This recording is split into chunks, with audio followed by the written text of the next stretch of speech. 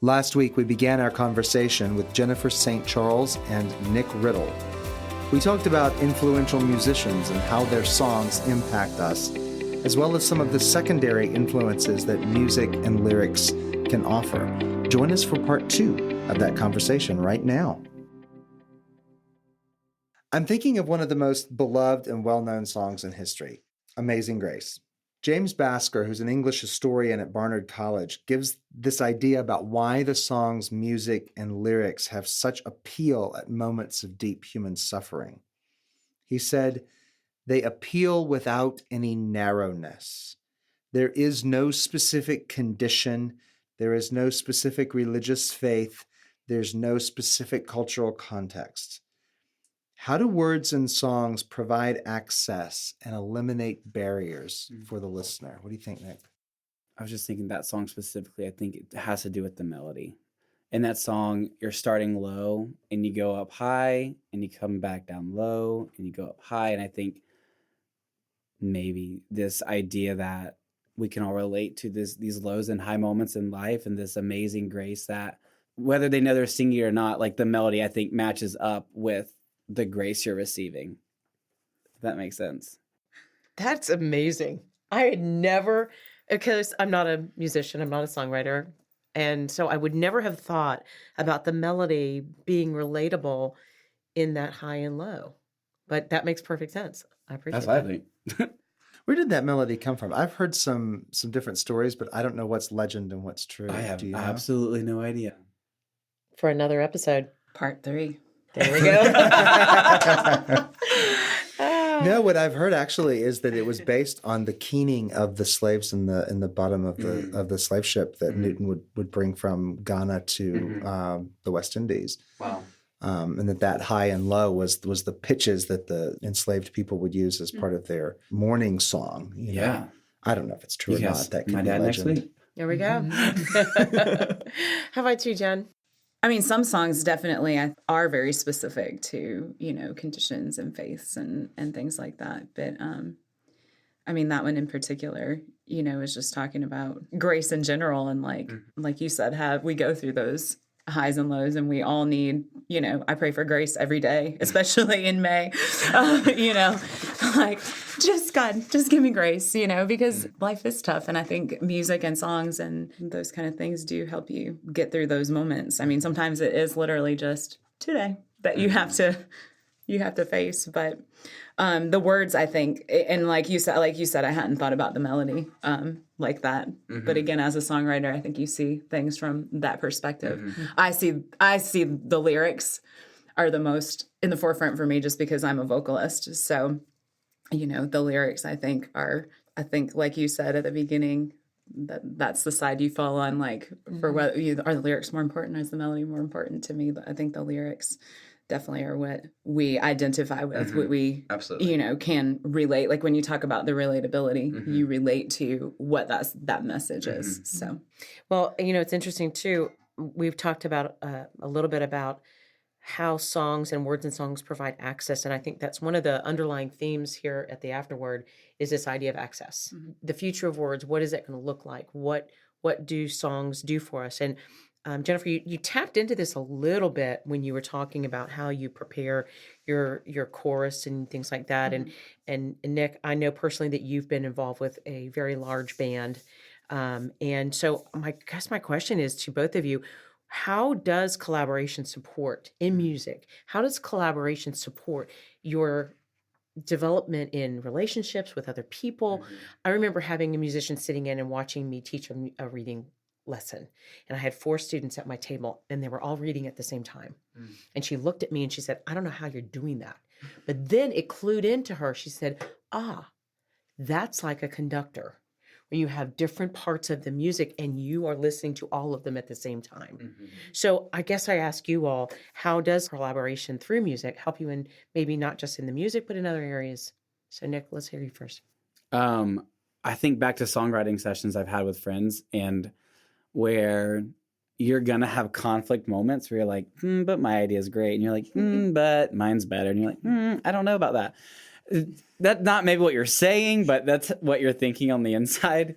And I think in those moments, from like one human being to another, you get to learn how to grow individually and together. Like when you think you can do something on your own, I think you've already failed. Like you have to have community and you have to have people speaking into it. And so I think it really will just grow you as a person to collaborate with others and invite insight and not correction in a bad way, but critique and saying, hey, like, I want to be better.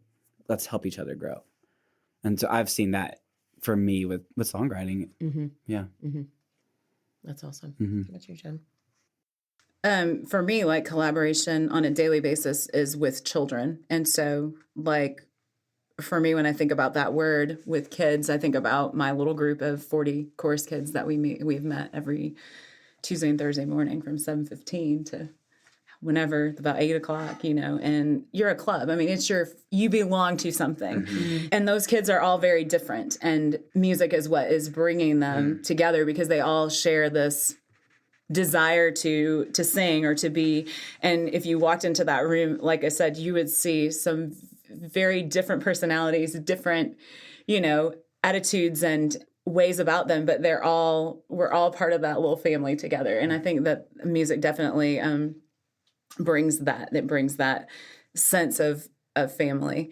And then, you know, like you said, when you do have all those different personalities and those different abilities and levels of ability, you do learn from each other, you know, and those kids they don't just learn from me, they learn from each other. When we audition for solos, they hear each other and they're starting to recognize what's good. That's really good, you know?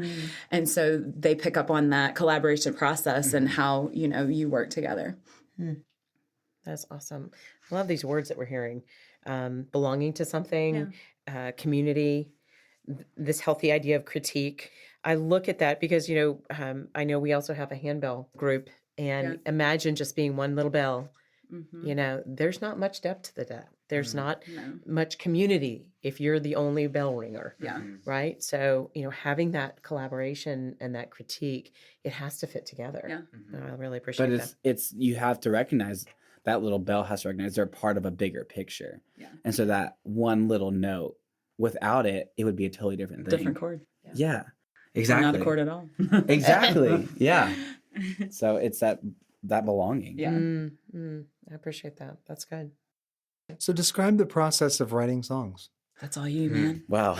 That is like a loaded answer. But I think, again, it depends on the season. For the longest time, I would just write songs instrumentally. I would sit at my piano and just had this orchestra in my head, but I don't have an orchestra in front of me. So I would just do as much as I could on the piano. And that was my process, was just taking from my head through my fingers and putting it on the piano. And then I learned more into songwriting lyrically. And for me, that process starts with journaling. Like, what do I want to say in this song? What do I want the listener to hear or feel? They don't necessarily have to know my story or what I'm going through, but will they feel something on the other end of it? But then there's also times where I don't care if they feel something, and I'm writing this for me. Does that make sense? And so I think it on the process, it depends on the season, but a big part of it is just getting your ideas out first. It's just whatever you're feeling, just go for it. It might be bad, but then invite others in to speak into it and go, okay, this might be bad, but I can see where it can be better. Let's try to get it to be better. What can those of us who write other things, I don't write music, but I write other things.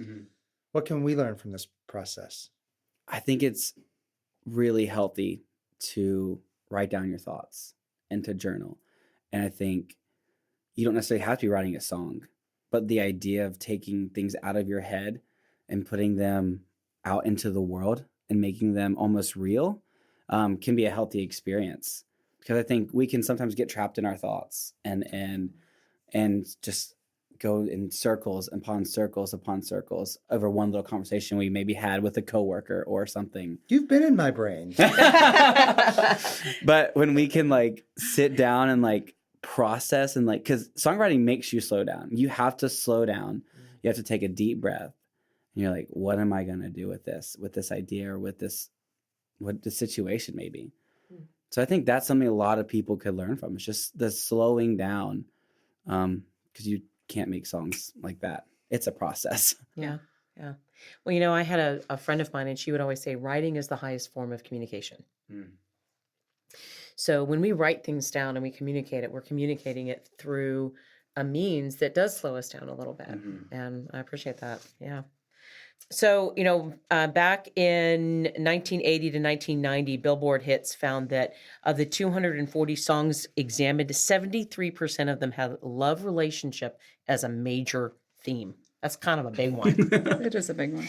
So, I guess, we have heard you all talk a little bit about how, depending on whatever season you are in your life, whatever your anthem may be, whatever memories or experiences, how can we incorporate some of these current issues that we're facing? One, obviously being love. 73% of these songs were all about love. But we also have some other things coming up. We've got addiction, poverty, depression, social issues. Nick, you touched on this a little bit earlier about maybe a political backing. Even some of the ballads from the 60s may have incorporated that. So I guess my question is, how can we maybe think about music not just as a fun thing, but there may have some other meanings to what we're listening to. What can you tell us about that? I think it does go back to relatability. Like, I hear that song and I relate to it, and it impacts me. I mean, the songs that might be talking about addiction and to drugs or alcohol or whatever it be, but then they might have a redemptive side to the song as well. I think of this guy named John Bellion who writes from that perspective sometimes, and I think someone can look at that and go, wow, I struggle with that. But at the end of this song, you're talking about like redemption. So I want to make that, I go back to it again, like my anthem. And I just think that's what draws so many people to music, is just so many people that, let me like rephrase that. I think people that don't look at the musical side of it, because I think a lot more musicians look at the musical side of things. I don't necessarily have to know the words, but if I feel the chords and I feel the melody, I'm like, well, that resonates somewhere inside of me. I'm going to be drawn to it. But I think most of the world is just drawn to the lyrics. Like you were saying, it's a huge thing. Like, I know those lyrics. That's my story, whether they know it or not. I hope that answers your question. It does, and it's powerful. It's really powerful. I mean, I know you've seen, and there's a pretty famous comedian who rides around in cars singing with people. Yeah. Right? And there was one episode where he's singing with another famous musician, and they were singing a song together driving past this musician's home, and all of a sudden they're in tears. Wow. I mean, just because it conjured up the lyrics that this musician wrote were so powerful, and it did bring up that emotion, and I appreciate that. I think it's those memories she was talking about. Yeah. I think it's a lot of times I love that show, Carpool Karaoke. Yeah. Is both those guys or whoever's in the car, they know that song because they remember the first time they heard it, and they know every single word to it because it's those memories. Can you add anything to that, Jen? Like, how is music incorporated into current issues? I mean, I think music's incorporated into everything. I mean, people will say, that's why when people say, well, I don't really like music, I'm like, no one in this room though. I'm we like, might have to circle around on that one. Because I'll tell kids like at school who are, I'm a PE kid, I'm an athlete. I'm a PE kid. No, they will. They're so many years. There are definitely kids that are like, I am an athlete, so I don't really like music and I don't really like art, because in elementary school that is your definition. Right. And people ask you, what do you like better, PE, art, or music? I mean, that's a question that you ask an elementary child. I ask my own children, and I'm like, your answer better be music, but they're athletes as well. But like, that's why to me, like, I talk to kids about that and say, you started singing when you were a baby. Did you know that? And they're like, what? And then I start singing, Mickey Mouse Clubhouse or Einstein's, and they all know it. And I'm like, you've started singing and you didn't even think about being a singer, but you come out of the womb singing. I mean, you just do.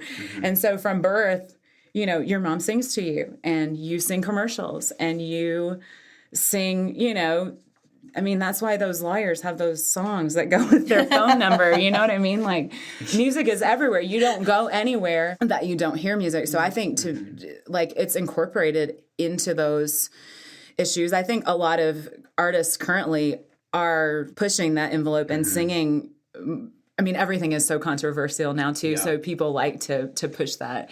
You know, I mean, I remember the Dixie Chicks girl did the response to the, you know, there was this whole like musical response to, you know, an issue. And so I think music is being utilized more that way now than ever. Well, since we brought this up, there's something I wanted to add here. We think about political campaigns now, and there often are songs attached to them. You know, a presidential campaign will have one or two songs that sort of go along with. They play it every time the candidate stops, and so forth.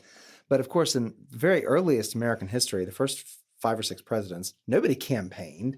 I mean, you sat at home and were a respectable person, and other respectable people went out and spoke gently to other respectable people who voted for you.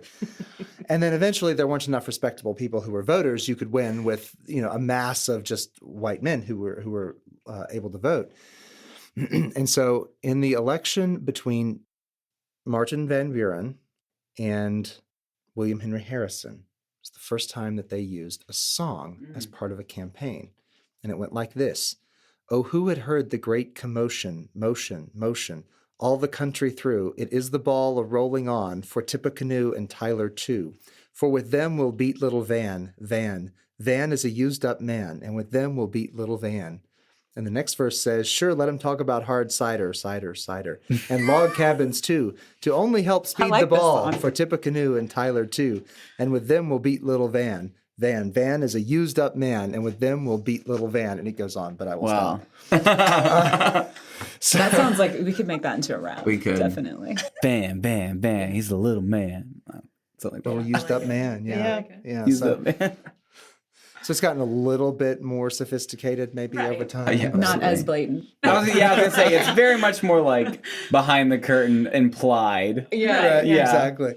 Yeah. So what are future trends for those who enjoy music and lyrics? What are the things we're going to see coming up? That is, I gotta think for a second about that. Well, maybe just think about, since, I mean, Holland shared that trend that has, you know, we only had, you know, music associated with a political campaign way back when. Now it's a pretty common day. So maybe even just in your lifespan from 3rd grade piano player to now, what have you seen change? And maybe There's only been like one president. So like 2. Like 2, okay. Well, I started out on classical. I was trained classically, and I think, it went from classical, and then jazz happened, and that happened in our life. Like jazz was created, and it challenged everything. And then I think it was hip hop after that, and it challenged everything. Now there's a lot more pop. There's this artist named Billie Eilish. I don't know if y'all have heard of her. She is insanely popular right now. But she is honestly like reinventing pop. And she has this it's a beautiful voice, but it's kind of eerie.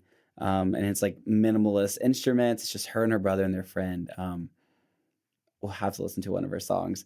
But she, as a musician, I think from articles I've read and stuff, she's like the future of this new idea of pop. what is she doing that's making it so new? I think she's talking about real things. She has an album that's like, Where Do We Go When We Sleep? I can't remember the actual title, but she's talking about just real life issues, her depression. I appreciate that, because pop, I think, can be perceived as shallow. It can be. Well, most pop, I think, has writers behind it. Yeah. And a person's it's just paid to like write. Fun. Like, it's just It fun is. music. Yeah. And Catchy she's and like, fun. it is. Yes. And she's like, no, I want to talk about what I want to talk about. And it's like But my through real that life. style. Yes, exactly. So I think maybe if I looked at that and hoped for the future, it would be this people being real with their music and not using writers from labels, because that's a pet peeve. Don't use a writer. Write your own music is what I think. And so be real with your audience and who's listening to you. That's awesome. Yeah, that's cool. I don't know. I mean, I think there's a lot of variety of music now compared to when I was a kid in the 80s and 90s. There's been a few more presidents. I was born in 97. 83. But I mean, I think there's a lot of music now. There's just a lot. There is. Absolutely. You know, I don't always know the artist, and I'm really bad about that. Mm-hmm. Like, I know the music, like you're telling me this artist, maybe I do know her music. I just don't know that's who's doing it. But I think there's a lot of music, which I think is awesome. Like you said, I think there's a trend of being real and letting people know we're just all in this together. We're all struggling with something. Yeah. And I think, like you said, music is a powerful outlet for that.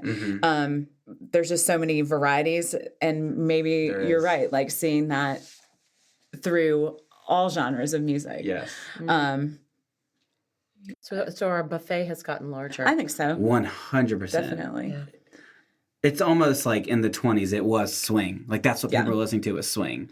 And then like hip hop came in. Everyone was listening to hip hop. Yeah. And now it's you're right. It's all over Like, the what place. would you say would be the style of music for this generation? I don't know that you could pick one. I don't think that.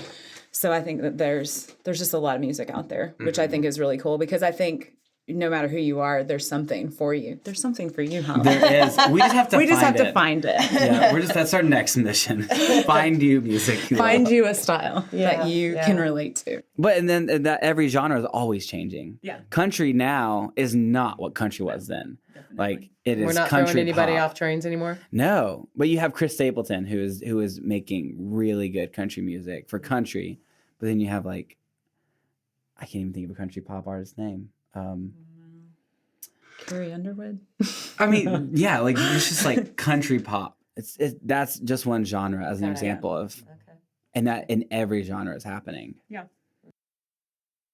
And then there's the meshings of like multiple genres, like where you have some different like influences from You have different collaborations. genres. Yeah. You have a country artist collab with a pop artist. Or like the pop with the rap, happens a lot, which I love a good does. little rap pop. Little Megan Trainor do. with some other rapper. Yeah. Question And the about DJs collaboration. too now. Mm-hmm. The DJs are really big. Yeah. Yeah.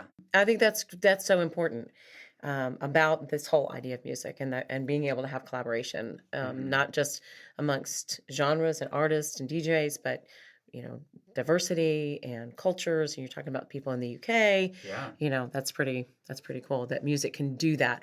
So maybe my little attempt to stump Holland with name that tune, "It's a Small World." Maybe it is a small world after all. It is a small world. Because yes, we have lots of different musical genres, but it's coming under an umbrella of music.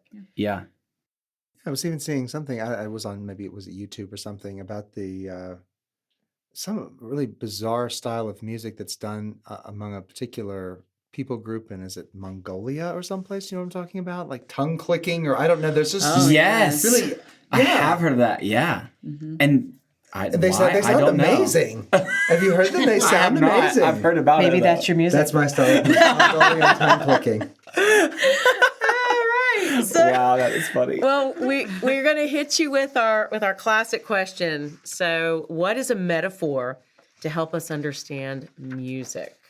Jen, you got one? Can you brush us up on the difference between a metaphor and a... So, like, how is the impact of lyrics in music like a garden? Are you asking this? Yeah. Or you could or you could find another metaphor besides gardening if you want it. Please do.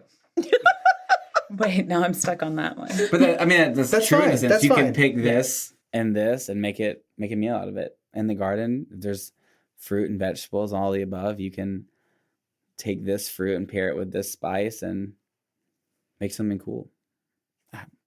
And I might come up with something totally different than you come up with. Absolutely. The same. I might be sweet and she might be savory. I'm definitely sweet. But then at the same time, sweet and savory is a great And with some collaboration. spicy in there, Yeah. too. I'm liking this. I think so. I appreciate that. I appreciate that. Well, as we close today, first of all, thank you all so much for coming in and being part of this conversation, because it is so universal. Mm-hmm. It is absolutely universal.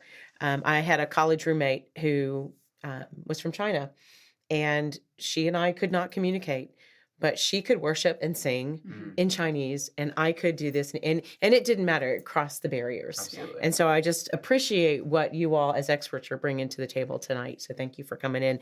You know, music has the power to soothe, inspire, and connect. And, you know, through the universal story of music, we have accessibility to its beauty. We can relate to our world through our memories and our experiences. So music's powerful, and we appreciate that conversation.